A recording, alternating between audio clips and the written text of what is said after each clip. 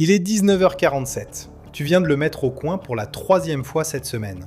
Il pleure, tu te sens horrible. Et tu sais déjà ce qui va se passer demain. Tu vas compenser en disant oui à tout. Pizza pour le dîner, écran avant le bain, tout ce que tu avais juré de tenir. Parce que tu es coincé entre deux options qui te détruisent toutes les deux. Punir et porter cette culpabilité écrasante jusqu'au coucher, céder et vivre dans le chaos complet le lendemain. Alors tu alternes, selon ton niveau d'énergie, selon si ton patron t'a engueulé, selon si tu as dormi 4 heures ou 6. Et pendant ce temps, ton enfant devient de plus en plus désorienté. Mais pendant ce temps, en Finlande, un autre parent vient de faire quelque chose qui te paraîtrait complètement fou. Son enfant de 3 ans refuse de mettre son manteau. Il fait -8 dehors. Et elle dit simplement « D'accord, manteau dans le sac ». Elle sort, l'enfant la suit. 30 secondes plus tard, il demande le manteau. Elle le lui donne. Aucun sermon, aucune punition, aucun « je te l'avais dit ». Et cet enfant ne refera jamais cette erreur. Voici ton problème. Tu crois choisir entre deux options, sévérité ou laxisme, structure ou liberté. Le parent qui dit non ou le parent qui dit oui. Mais le cerveau de ton enfant ne catégorise pas les choses comme ça. Il ne distingue pas gentil parent contre méchant parent. Il distingue prévisible contre imprévisible, sécurisant contre menaçant, sol stable contre sable mouvant. Et quand tu alternes, quand tu punis le lundi et que tu cèdes le mercredi, son amygdale reste en alerte permanente, parce qu'il ne sait jamais quelle version de toi va apparaître. Danger, survie. Il scanne ton visage à chaque demande pour deviner quel parent tu es aujourd'hui. Et c'est exactement à ce moment-là que ça s'emballe. Il teste encore plus, pas pour te torturer, pour cartographier où sont les vraies limites dans ce terrain mouvant. Si tu as oscillé comme ça pendant des mois, tu n'es pas incohérent, tu es humain, on t'a vendu un faux choix, fermeté ou bienveillance. Comme si tu devais sacrifier l'un pour avoir l'autre. Personne ne t'a montré qu'il existe une troisième porte, celle que tu n'as jamais vue parce qu'elle n'était pas sur le mur que tout le monde te montrait. Voici ce qui se passe vraiment dans son cerveau. Il a besoin de structure et d'autonomie. Pas l'un ou l'autre, les deux, simultanément, tout le temps. Pense à ton job. Tu détestes quand ton chef micromanage chaque email. Mais tu détestes aussi quand personne ne te dit jamais si tu fais bien ou pas. Quand les objectifs changent chaque semaine. Quand tu ne sais pas ce qu'on attend de toi. Tu veux un cadre clair et de la liberté à l'intérieur.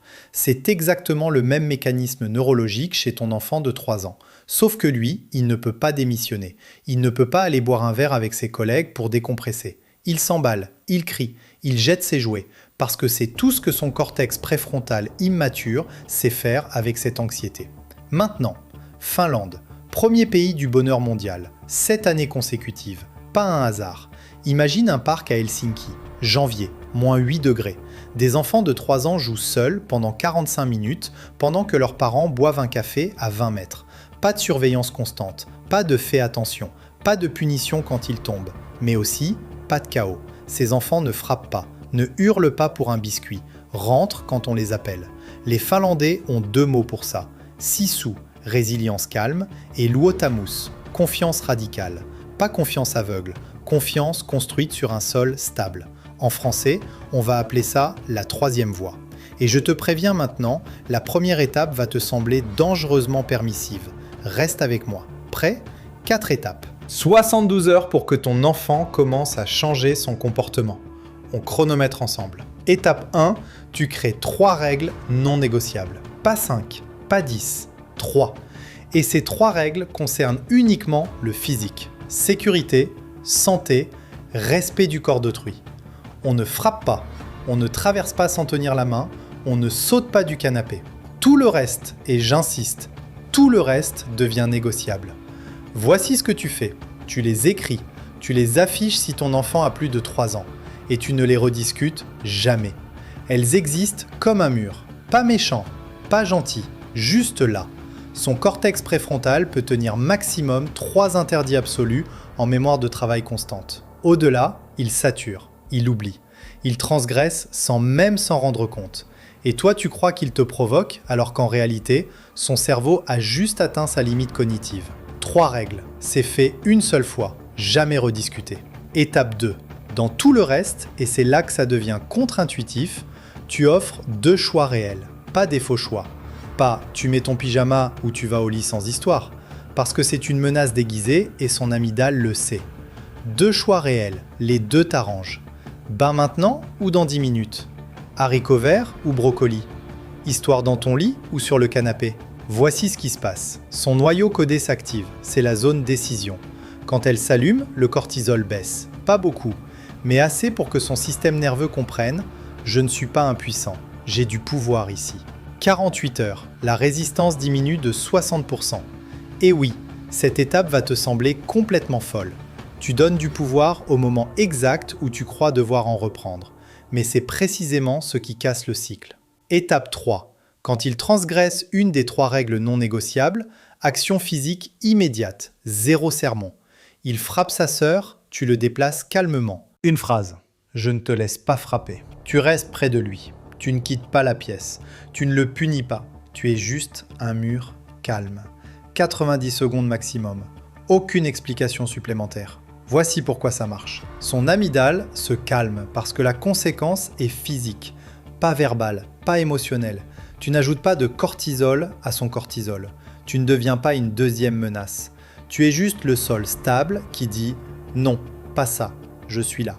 Les sermons rallument son amygdale à chaque phrase.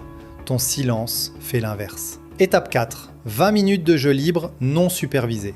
Chaque jour. Intérieur ou extérieur, peu importe. Tu restes disponible visuellement, mais tu n'interviens pas. Sauf si une des 3 règles non négociables est en danger. Il grimpe sur une chaise, tu ne dis rien. Il essaie d'empiler tous ses livres, tu ne dis rien. Il verse de l'eau à côté du verre, tu ne dis rien. Son réseau en mode par défaut se construit. C'est le réseau neuronal qui gère l'autorégulation émotionnelle. Il ne se développe que dans l'ennui non interrompu. Jour 5, sa créativité explose. Ses demandes d'attention diminuent. Pas parce qu'il t'aime moins, parce qu'il découvre qu'il peut emprunter son propre calme. Étape 5, quand il coopère sur un choix difficile. Narration simple, pas louange vide, pas bon garçon, pas je suis fier de toi.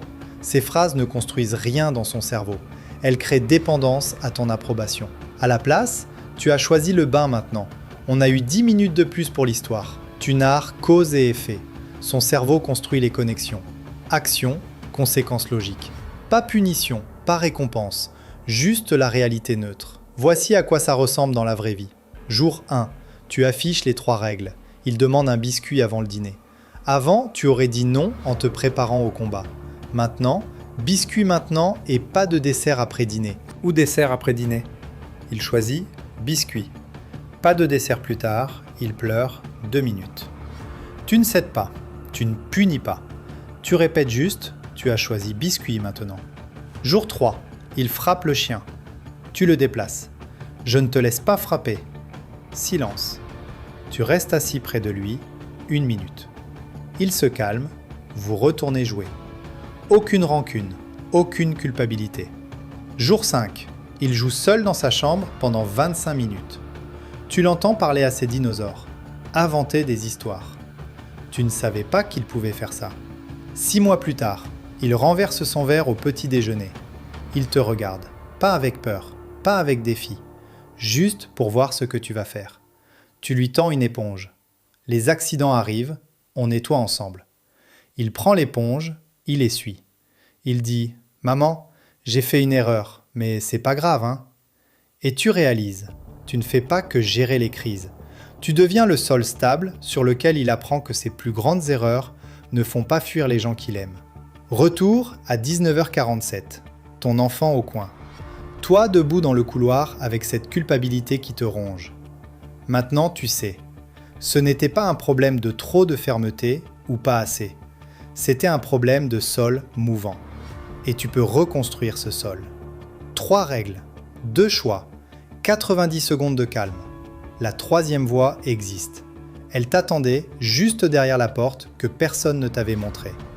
Prochaine vidéo, ce qui se passe quand ton enfant teste les limites pendant 6 heures d'affilée. Parce qu'il va le faire. Et tu vas avoir besoin d'un plan pour cette journée-là.